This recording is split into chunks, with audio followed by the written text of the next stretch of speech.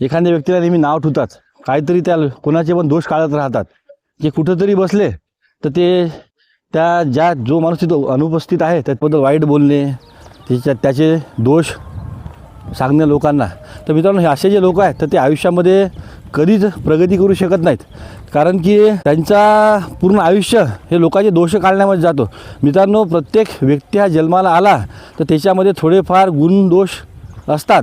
परंतु मित्रांनो, तुम्हाला जर आयुष्यामध्ये प्रगती करायचं असलं तर तुम्ही एक गोष्ट ध्यानात ठेवा की जो व्यक्ती आपल्या संपर्कात आला तर त्याचा एक जरी चांगला गुण जर दिसला तर तो तुम्ही पर्वताप्रमाणे माना आणि त्या गुणाचा तुम्ही अंगीकार करा. कारण मित्रांनो, तुम्ही त्याच्याबद्दल वाईट बोलल्याने आणि त्याच्याबद्दल वाईट प्रचार करण्याने त्या व्यक्तीचं काही कमी जास्त होत नाही, परंतु आयुष्यामध्ये तुम्ही प्रगती करू शकत नाही. जर तुम्हाला प्रगती जर करायची असली तर तुम्ही दुसऱ्याला नावं ठेवू नका. आणि एखादा जर व्यक्ती तुमच्या सहकारी जर तुमच्यापेक्षा जास्त समोर जर गेला, एखाद्या समोरच्या पोस्टवर गेला, नाही तर त्यानं जास्त प्रगती केली, 4 व्हीलर गाडी घेतली, मोठा बंगला बांधला, तर त्याची ईर्ष्या करू नका. त्याच्यात जे चांगले गुण आहेत ते गुण बघा की तो व्यक्ती आपल्यापेक्षा समोर कसा गेला, आपला सहकारी आपल्यापेक्षा समोर कसा गेला. तर मित्रांनो, तुमच्या आयुष्यामध्ये एकच ध्येय असायला पाहिजे की जर तुमचे कोणी सहकारी, तुमचे सोबती, तुमचे शेजारी, तुमचे नातेवाईक कोणी जरी असलं मित्रांनो, तर कोणी जरी समजा प्रगती करत असलं तर त्यांना तुम्ही आवश्यक ती मदत करा, शक्य तेवढी मदत करा. आणि ही जर मदत केली मित्रांनो तर एक ना एक दिवस तुम्हाला ती मदत ईश्वर तुम्हाला चांगल्या रूपामध्ये वापस देईल. त्यामुळे दुसऱ्याचे गुणदोष काढण्यामध्ये तुमचं आयुष्य खराब करू नका.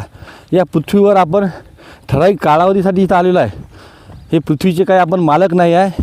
आपण या जगामध्ये एक पाहुणे म्हणून आले. जसे इतर जीव आहेत त्या जीवाप्रमाणे मनुष्यसुद्धा एक जीवच आहे आणि त्याचं निश्चित कालावधी 50-60 वर्ष आणि काही जर जास्त जर पाप झालं तर तो 25-30 वर्षी एक्झिट घेऊन घेतो इथून.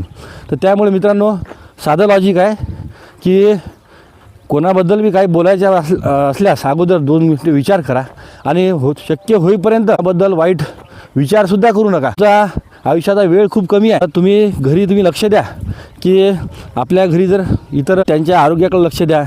घरी तुमचे मुलं अभ्यास करतात की त्याच्याकडे लक्ष द्या. आणि मित्रांनो, सर्वात महत्त्वाचं की कोण बाहेर जाते, कोण कुठं हॉटेलवर जाते, कोण कोणासोबत फिरते, तर या निरर्थक गोष्टीकडे लक्ष देऊ नका. त्याच्यापेक्षा सर्वात जास्त लक्ष द्या की मित्रांनो, आपल्या स्वतःचे मुलं काय करतात. आपले मुलं बाहेर जाऊन कोणा मित्रासोबत बसतात, कोणा मित्रासोबत फिरतात. शाळेमध्ये जाऊन टीचरला विचारा की हा कोण्या विषयामध्ये. आमचे जर व्हिडिओ आवडले तर नक्कीच आम्हाला तुम्ही फॉलो करा.